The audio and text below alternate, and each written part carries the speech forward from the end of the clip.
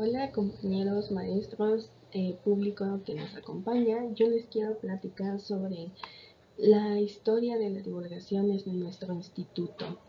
La divulgación científica es un conjunto de actividades recreativas que hacen accesible el conocimiento científico a la sociedad. La idea es no solamente mirar los últimos descubrimientos, sino las teorías científicas o diversos campos del conocimiento pueden ser útiles para la sociedad a la hora de tomar decisiones o de estudiar en estos campos tan complejos.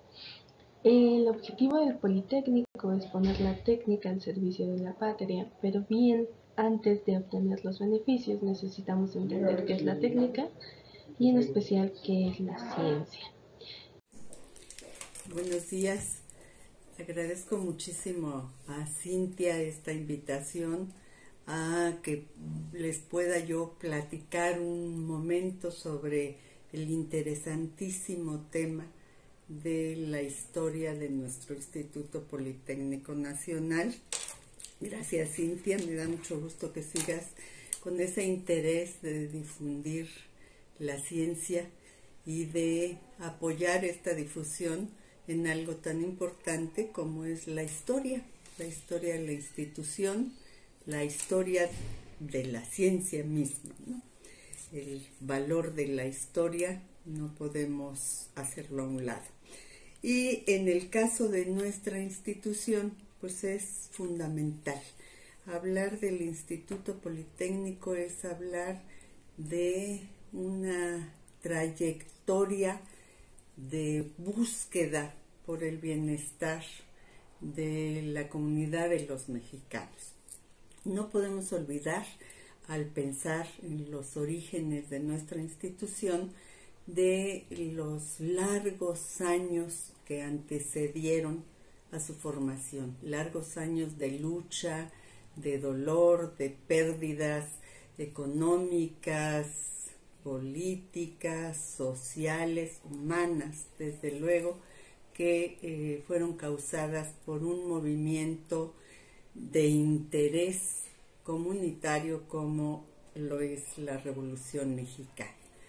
El Politécnico nace a partir de esta necesidad de búsqueda de equidad en muchos ámbitos, pero principalmente en el ámbito educativo, entre otros, ¿no? En la exigencia de la equidad en cuanto a la posibilidad de formación, de educación de la población en general, de los más desprotegidos y de entre ellos el sector femenino, la mujer.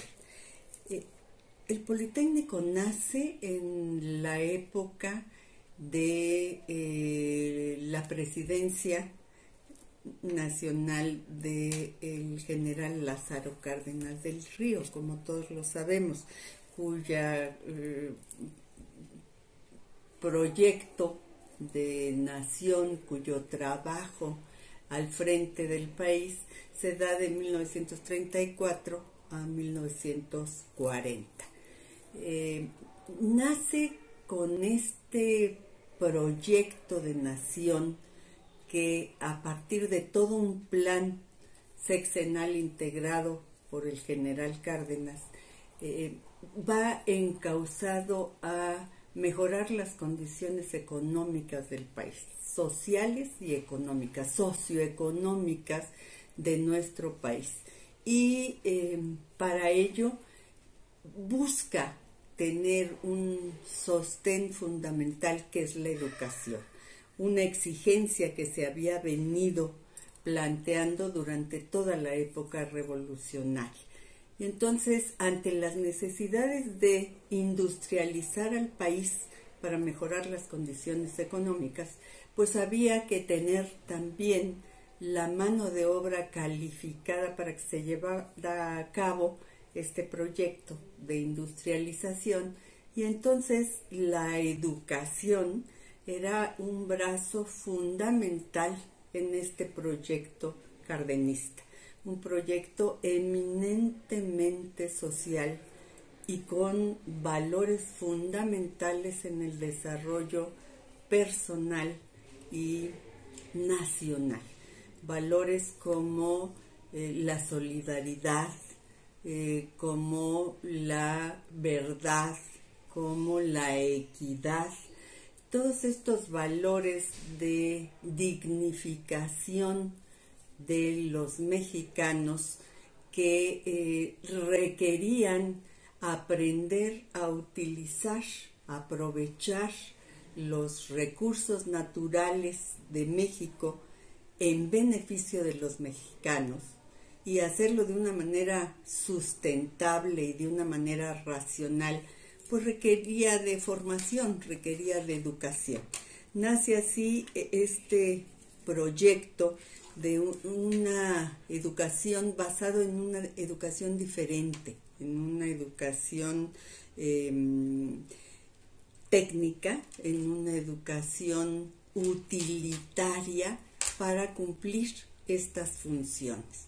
Y es así como al inicio de su gestión y aprovechando antecedentes ya establecidos en la Secretaría de Educación Pública desde 1931, unos primeros intentos encabezados por Juan de Dios Batis, estando al frente del Departamento de Educación Técnica, Industrial y Comercial, y posteriormente una segunda comisión integrada y de alguna manera encabezada por Luis Enrique Erro.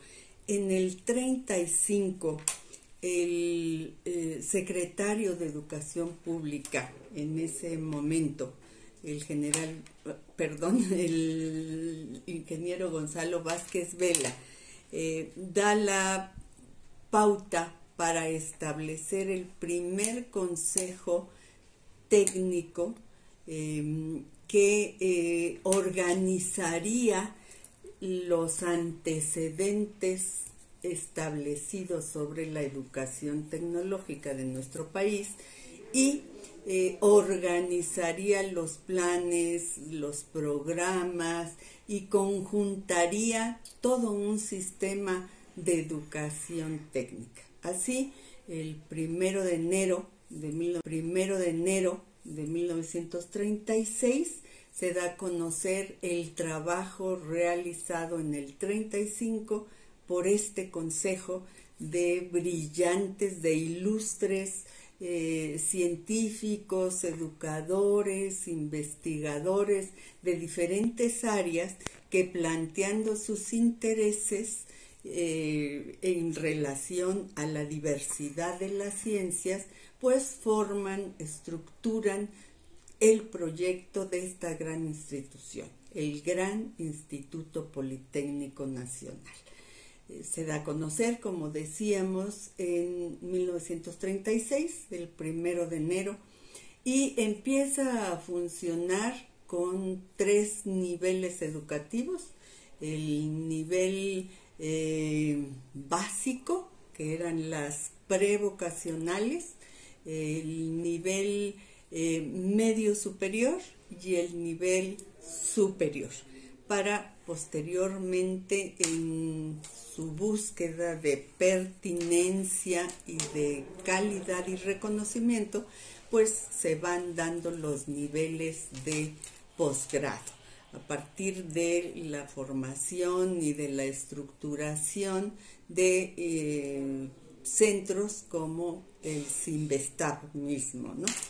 Entonces, así, con estas escuelas existentes, nace el Politécnico con la intención de formar con calidad, de educar tecnológicamente a la juventud mexicana, considerando de manera equitativa a toda la población, dándole entrada a estos grupos, decía yo, que antes no habían sido visualizados para ser educados, para tener una instrucción organizada, académica, sistemática, como son los hijos de los obreros, de los campesinos y la mujer.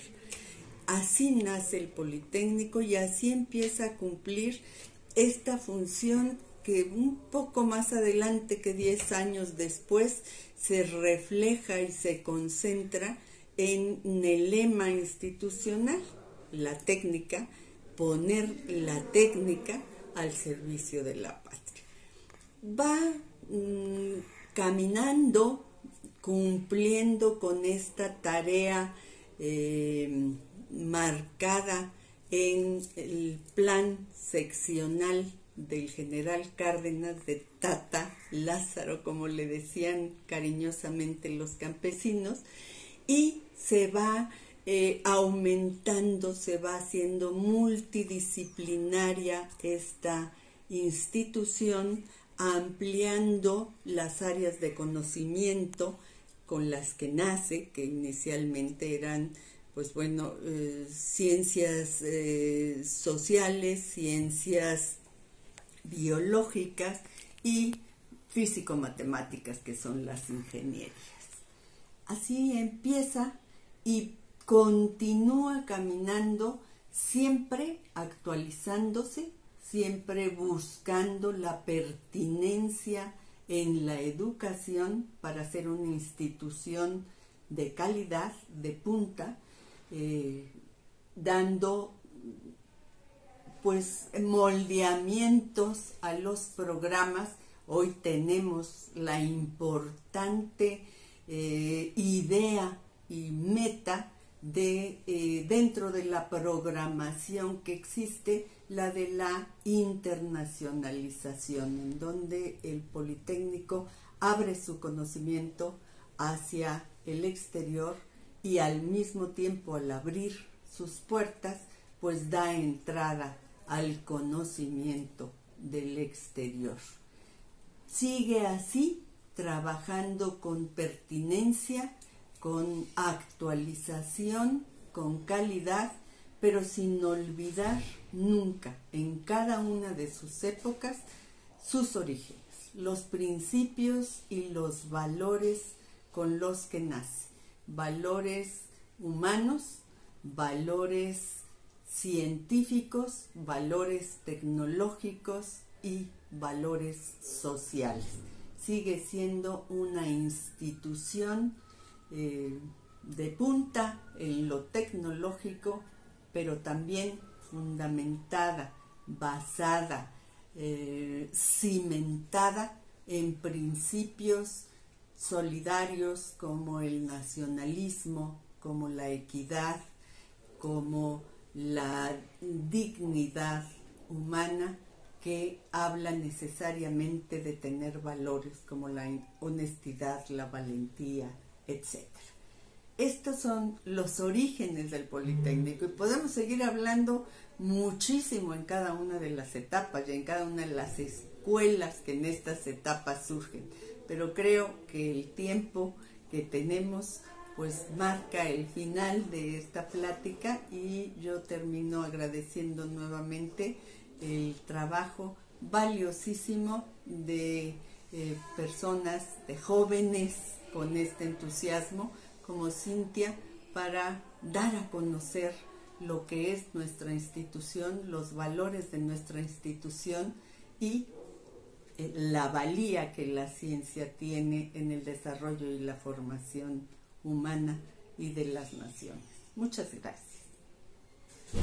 El Instituto Politécnico Nacional, en su labor de formar mexicanos de calidad, profesionales en diversas áreas, también se ha sumado a los esfuerzos de hacer difusión y divulgación científica, con el fin de que el conocimiento motive a la sociedad y a futuros profesionistas. Para lograrlo, nos comenta el maestro Modesto Cárdenas García, profesor y decano de la SFEM, presidente del decanato, nos comentó que uno de los primeros esfuerzos del instituto fue la creación del Canal 11. Fue creada como una televisora pública de carácter educativo, tecnológico en nuestro país. Actualmente es patrimonio de nuestro instituto y fue producto de esfuerzos académicos y del entonces director general, el ingeniero Alejo Peralta. Fue fundado gracias al trabajo de profesores de la Escuela Superior de Ingeniería Mecánica y Electricidad, y de hecho la primera clase que fue emitida fue una clase de matemáticas. Bueno, fue la primera emisión del Canal 11. Es de esta manera que en la mañana del 2 de marzo de 1959 en las pantallas apareció el profesor Vergara dando una clase de matemáticas. Tras él se anexaron diversos cursos de inglés, de francés, de ciencias sociales, todas con el objetivo de añadir valor educativo a la televisión pública en nuestro país. Actualmente, pues bueno, conocemos Canal 11, da difusión a las actividades que se hacen dentro del instituto, programas de ciencia, también visibilidad, por ejemplo, y promoción, como lo es el nivel medio superior a través de la Cache Papa. Los siguientes esfuerzos que se realizaron para llevar la ciencia fue el planetario Luis Enrique, en especial para hacer comunicación de la astronomía a las masas.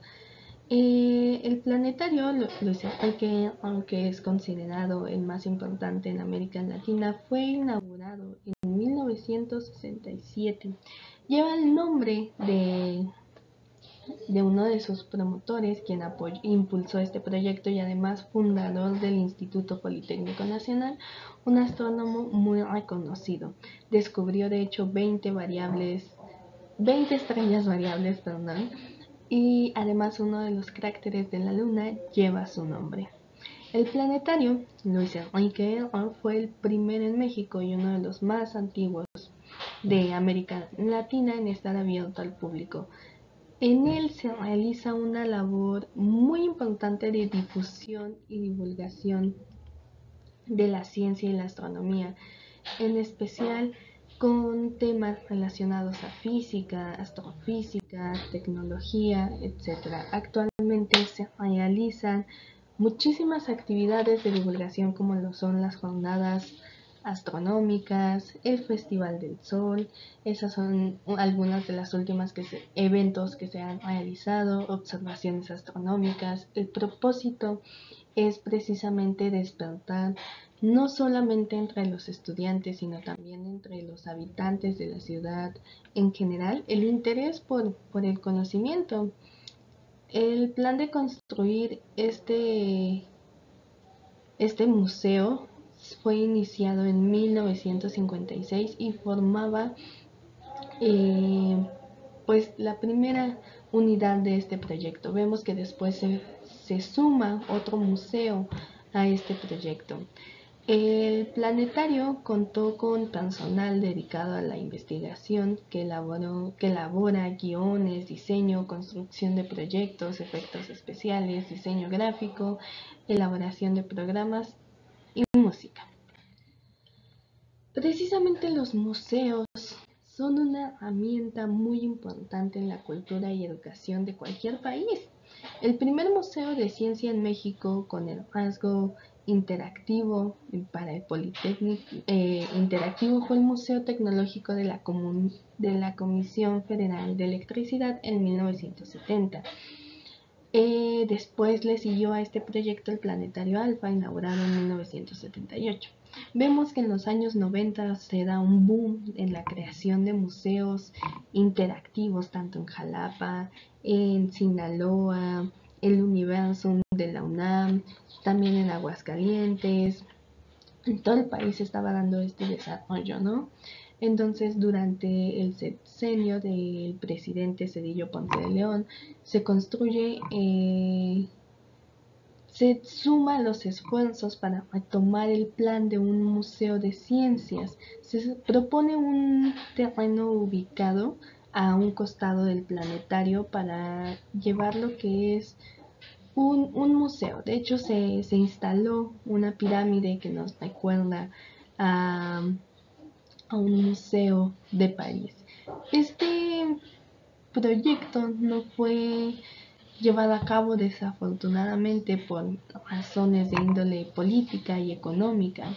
No se quedó estancado y no pudo ser una primera sede de un museo interactivo, de un museo tecnológico.